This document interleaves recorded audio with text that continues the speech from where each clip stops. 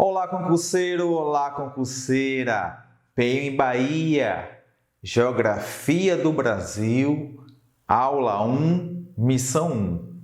No último concurso, o edital veio segmentado Geografia do Brasil e Geografia da Bahia. No entanto, já é uma tradição, e digo uma péssima tradição, do IBFC, que organizou o último concurso, a banca cobra geografia regional, a geografia do estado, mas não cobra na prova com intensidade. De qualquer forma, iremos trabalhar fortemente, afinal, o concurseiro bem preparado é aquele que vai sistematizar bem o edital, trabalhar tema a tema. Ok? Então, eu vou trabalhar, sim, Geografia do Brasil e depois a Geografia da Bahia. Em alguns momentos, eu vou fazer o link, entre a Geografia do Brasil e a Geografia da Bahia. Outro ponto interessante, quando você inicia os estudos geográficos, é importante também dividir a geografia humana e a geografia física. Quando eu faço referência à geografia física, clima, relevo, vegetação, hidrografia. Concernente à geografia humana, a formação, a organização política administrativa do Brasil, os aspectos populacionais, econômicos, sociais. A princípio, eu vou trabalhar com vocês uma sequência de aulas Geografia Humana e, em seguida, a Geografia Física. Assim também farei com a Geografia da Bahia, Geografia Humana da Bahia e depois a Geografia Física, ok? Então, com esse prelúdio, você já tem um roteiro, já tem uma programação daquilo que iremos tratar nesse curso Geografia do Brasil e Geografia da Bahia. O primeiro tema, favoritaço. Esse é um tema muito favorito, que é o processo histórico da formação do território brasileiro. Na tela, organização político-administrativa do Brasil, divisão política e regional. Como eu salientei, para trabalhar esse tema, eu preciso trazer elementos históricos para compreender a formação de nossas fronteiras. Vamos fazer um panorama na história, um panorama histórico do século XVI até o século XX. Século XVI, quando eu falo sobre a formação do território brasileiro, eu preciso lembrar que Portugal, diante daquelas dificuldades em colonizar o Brasil, Cabral chega em 1500, faz um relatório, envia para o rei as famosas Terras Brasílias, a Carta de Pero Vaz de Caminha. Nesse intervalo de 1500 a 1531, é um período de relativo abandono, como eu costumo dizer. Portugal estava investindo, estava lançando o seu olhar principal para as Índias, diante do lucro exorbitante que Portugal, que a coroa portuguesa, estava conseguindo com o comércio das especiarias. No entanto, o território do atual Brasil, a ameaça dos estrangeiros, franceses, ingleses, os piratas, os corsários. Além disso, eu posso citar a coroa espanhola, consegue já explorar ouro na região que equivale hoje o Peru, a Bolívia. Além disso, eu posso citar o México, sim, o Império Azteca, o Império Inca na América do Sul, o Império Azteca na América Central. Diante disso, Portugal cria todo um contexto, cria toda uma situação também para vir explorar as terras brasileiras. Afinal, se havia ouro na parte da América Espanhola, então pode haver ouro aqui na América Portuguesa, né? Para a decepção de Portugal, esse ouro começará a ser extraído de modo sistemático só no século XVIII, e quando Portugal já está com uma enorme dívida. Enfim, qual a solução, qual o caminho, qual a alternativa para ocupar esse território? Regime de capitanias hereditárias. Anote aí, essa é a primeira forma, o primeiro momento em que Portugal vai instalar um modelo administrativo no Brasil. Característica descentralização. Então, o sistema de capitanias hereditárias é a primeira estrutura político-administrativa da história do Brasil. Você tem o território, que equivale hoje o Nordeste, segmentado em lotes de terras. Aquela pessoa que recebe esse lote, na verdade, é uma concessão, se chama o capitão, que pode repassar essa concessão para o seu filho. Eis o nome capitania hereditária. Então, no século XVI, destacar o regime de capitanias hereditárias. A imagem que você pode perceber aí, né, nesse modelo, nessa evolução territorial do Brasil, 1534, essa divisão territorial do que equivale hoje o Nordeste, né? Equivale hoje o Nordeste, pegando um pedacinho aí, né, do Sudeste. Em linhas gerais, o sistema de capitanias vem fracassar. O sistema de capitanias entra em uma rota aí de decadência. Por quê? Desinteresse dos donatários, muitos nem saíram de Portugal, uma vez que essas terras foram repassadas para fidalgos, homens, né, com riquezas, ou a fama, né, a questão de ser nobre. Muitos não vieram ao Brasil, uma vez que os relatos, né, eram os mais absurdos possíveis. Monstros marinhos, eis aí que eu estou falando já da expansão marítima, né? E tem também aquela percepção de que muitos grupos locais considerados canibais. Então, muitos não se aventuraram em ocupar essas terras que a coroa portuguesa repassou no modelo de capitania. E por que o sistema de capitanias? Porque Portugal não tinha estrutura econômica para ocupar todo esse território.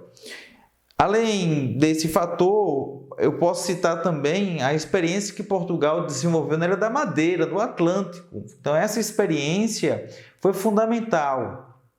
Por quê, professor? Porque esse clima, o tropical, a plantação da cana-de-açúcar, Portugal já tem uma experiência na Ilha da Madeira, e Martim Afonso de Souza, que é considerado o primeiro colonizador, ele indica, olha, vamos ocupar essas terras, repassar para terceiros e explorar a cana-de-açúcar, que é um artigo de luxo, um produto que tem um mercado amplo na Europa. Assim, quando eu falo história da formação do território brasileiro, eu não posso negar, não há como esquecer esse primeiro momento que é a instalação do regime de capitanias hereditárias. Como eu falei, há um malogro, há um fracasso, exceção Pernambuco e São Vicente, que se destacam na produção açucareira, mesmo assim insuficiente para controlar o enorme litoral. Eis que em 1549 surge o governo geral, instalado em Salvador, Tomé de Souza, que vem acompanhado também, né, com a coroa, com a Igreja Católica. A coroa portuguesa então envia esse governador geral, uma espécie de vice-rei, que se instala em Salvador. E por que Salvador? Porque é um ponto médio, estrategicamente há como você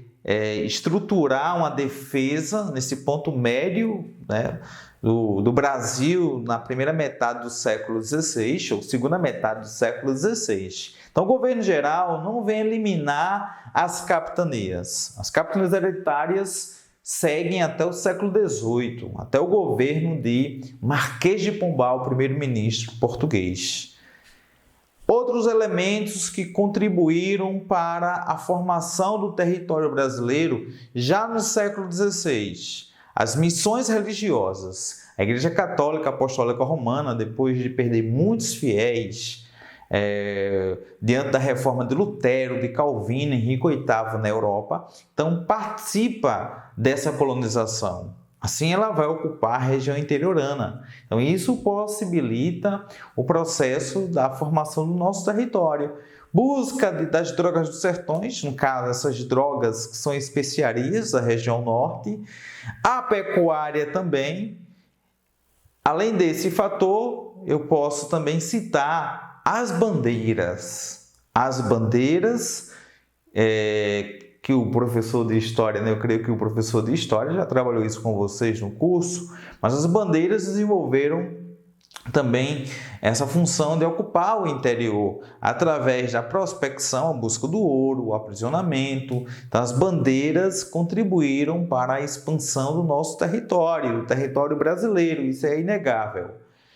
Professor, mas ocupar as terras delimitadas pelo Tratado de Tordesilhas, sim, Tratado de Tordesilhas, assinado em 1494 entre Portugal e a Espanha, a divisão, uma linha imaginária que pegaria o que seria hoje essa parte oeste da Bahia.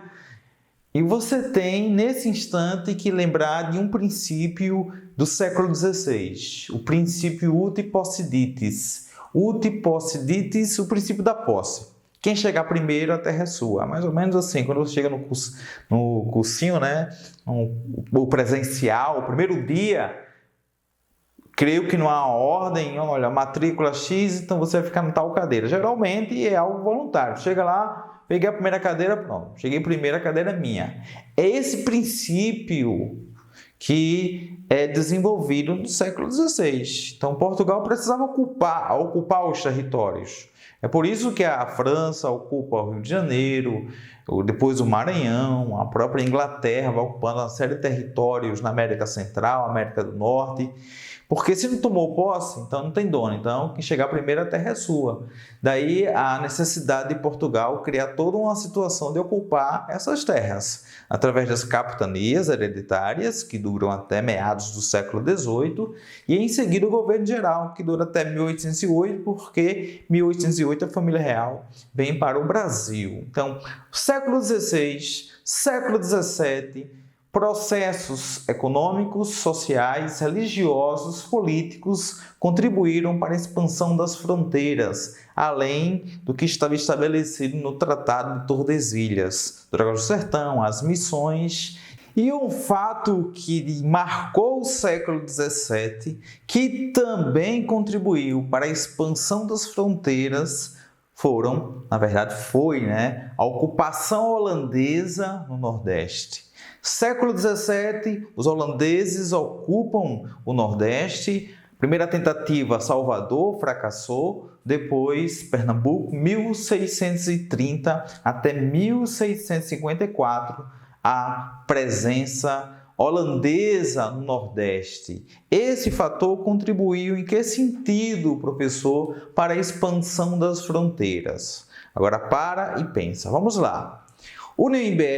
A União Ibérica é quando a coroa espanhola passa a administrar a coroa portuguesa. Naquela crise sucessória, a morte de Dom Sebastião, Portugal ficou sem rei, até que Filipe da Espanha cria um cenário e chega ao poder. Só que a Espanha é rival da Holanda. E a Holanda, por sua vez, negociava com o açúcar brasileiro.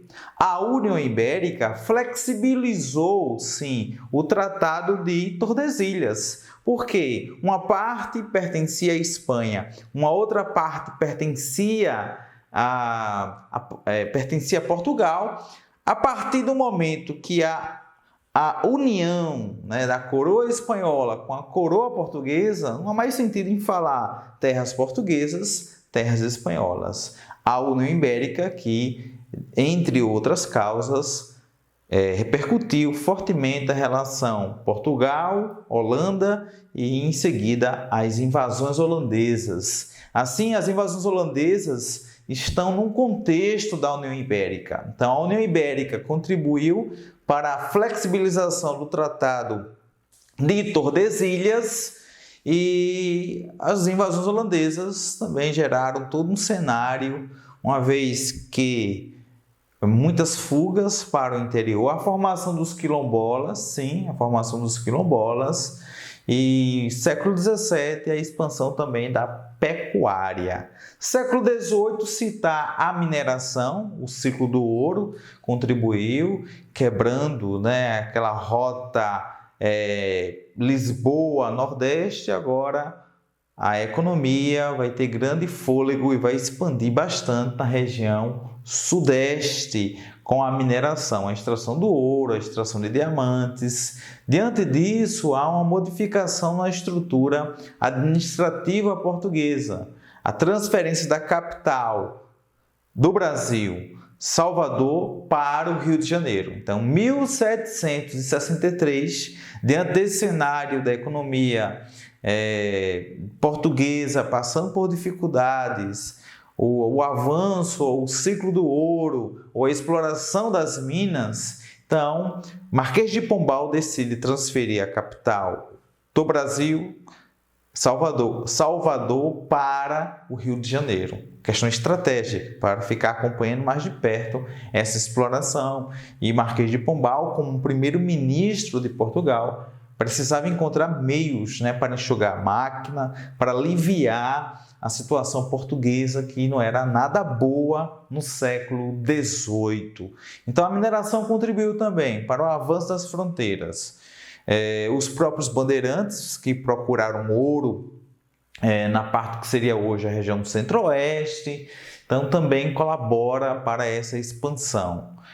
Lembra que eu falei do princípio ut possidetis? Quem chegar primeiro a terra é sua. Então, Portugal está criando todo um cenário, assim eu posso dizer, fatores históricos, sociais, econômicos, políticos, contribuíram para a formação do território brasileiro. No século XIX, praticamente século XVIII, e aqui eu preciso citar um acordo que respeita esse ut possidetis, o Tratado de Madrid, de 1750. Esse tratado que repassa as terras ocupadas pelos portugueses, terras que antes pertenciam aos espanhóis, mas pelo Tratado de Madrid, 1750, respeitando o ut possidetis, as terras são repassadas oficialmente para Portugal. O que resta do território brasileiro, para se completar e chegar ao que é hoje, é a parte sul, os 7 povos das Missões, a região do Acre, e alguns mapas eu trouxe para vocês, para justamente você fazer aquele acompanhamento, fazer aquele acompanhamento desse processo do mapa do Brasil. Evolução territorial. Olha o Brasil em 1534, capitanias hereditárias. 1789, perceba que está faltando a parte oeste do que seria o Paraná, pegando fronteira ali com Santa Catarina.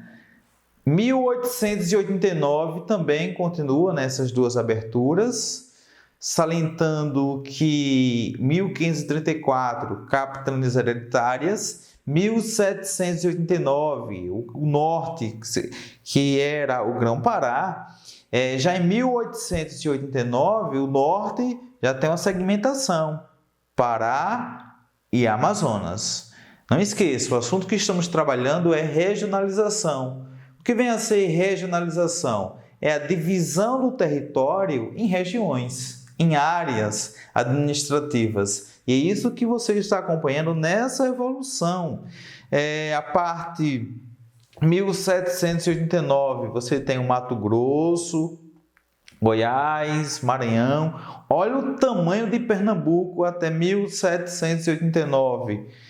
Chegava até a região das Minas Gerais, hoje, Então, 1889 já há uma modificação. Olha a Bahia.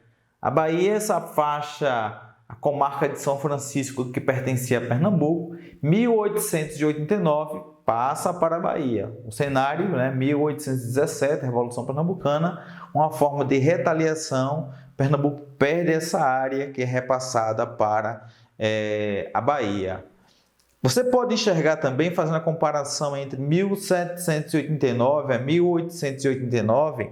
Em 1789, o que hoje é o Nordeste era Maranhão, Pernambuco e a Bahia. Em 1889 já aparece o Ceará, esse território que era de Pernambuco, o Rio Grande do Norte, a Paraíba e Alagoas, além do Sergipe. Então, praticamente em 1889, que é o ano da proclamação da República do Brasil, a configuração do nosso mapa está bem próximo do atual, restando o Acre, que é inserido, anexado no início do século XX, e a parte que completa hoje essa fronteira, parte oeste do Paraná, fronteira aí com Santa Catarina. 1943, quando o IBGE já começa a desenvolver o projeto de dividir esse território em regiões, pouquíssimas alterações se você comparar com o mapa de 1990, pós-Constituição. A modificação entre 43 e 90, você pode observar aí no mapa, Goiás, veja Goiás, e a divisão surgindo aí Tocantins, Tocantins, o estado mais recente, e os demais territórios praticamente já definidos. Mais uma vez, para você acompanhar esse processo histórico, de 1534, com o estabelecimento das capitanias hereditárias, até 90, que é a configuração atual, não houve alteração. O Brasil político hoje, nessa divisão, região norte, Tocantins, Pará, Amapá, Roraima, Amazonas, Acre, Rondônia, Centro-Oeste, Mato Grosso, Goiás, o Distrito Federal, Brasília, capital do país, Mato Grosso do Sul, a região sul, Paraná, Santa Catarina, Rio Grande do Sul,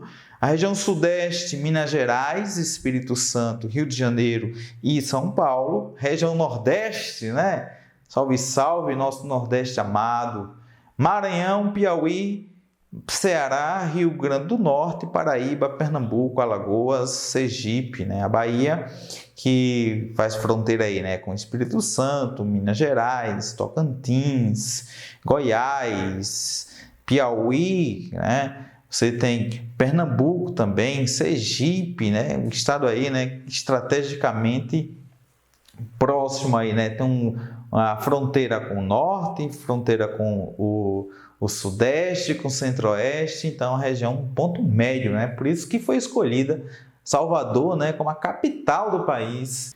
Agora vamos entender como as mudanças se deram ao longo do tempo. Vamos trazer mais elementos? Em 1903, após acordos com a Bolívia, o Acre foi incorporado ao Brasil, mas algumas mudanças em nossa divisão política ocorreram apenas depois de 1940. Eu trouxe aí o mapa, de 1943. Em 1942, criação do território de Fernando de Noronha, muito importante.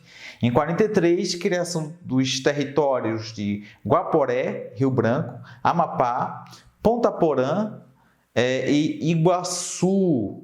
Já em 1960, criação do Distrito Federal, governo de JK, e mudança da capital do Rio de Janeiro para Brasília. Primeira capital do Brasil, Salvador, 1549, 1763. A segunda capital, Rio de Janeiro, e a terceira capital, Brasília, a partir de 60. Em 1977, criação do estado do Mato Grosso do Sul. Em 1981, o território de Rondônia passa ao estado da Federação. Em 1988, o estado mais novo, mais jovem do Brasil, o estado de Tocantins. É extinto o território de Fernando Noronha, que em 1989, uma forma de compensação histórica, Fernando Noronha passa a ser distrito do estado de Pernambuco. Assim encerramos essa missão. Na missão 2, vou trabalhar com vocês a divisão regional do Brasil, trazendo aí, aspectos. Alguns defendem a divisão levando em consideração os aspectos naturais apenas. Outros levando em consideração os aspectos naturais, mas também os aspectos sociais e econômicos. É uma divisão bem interessante, realizada, elaborada pelo grande geógrafo Milton Santos. Na missão 2, iremos continuar esse trabalho, iremos continuar refletindo esse tema, a formação do território brasileiro, que foi cobrado no último concurso, e eu tenho certeza, mais uma vez, o edital abordando esse tema, você vai tirar um notaço. Próxima missão, porque você sabe, concurseiro disciplinado, PM Bahia, será aprovado.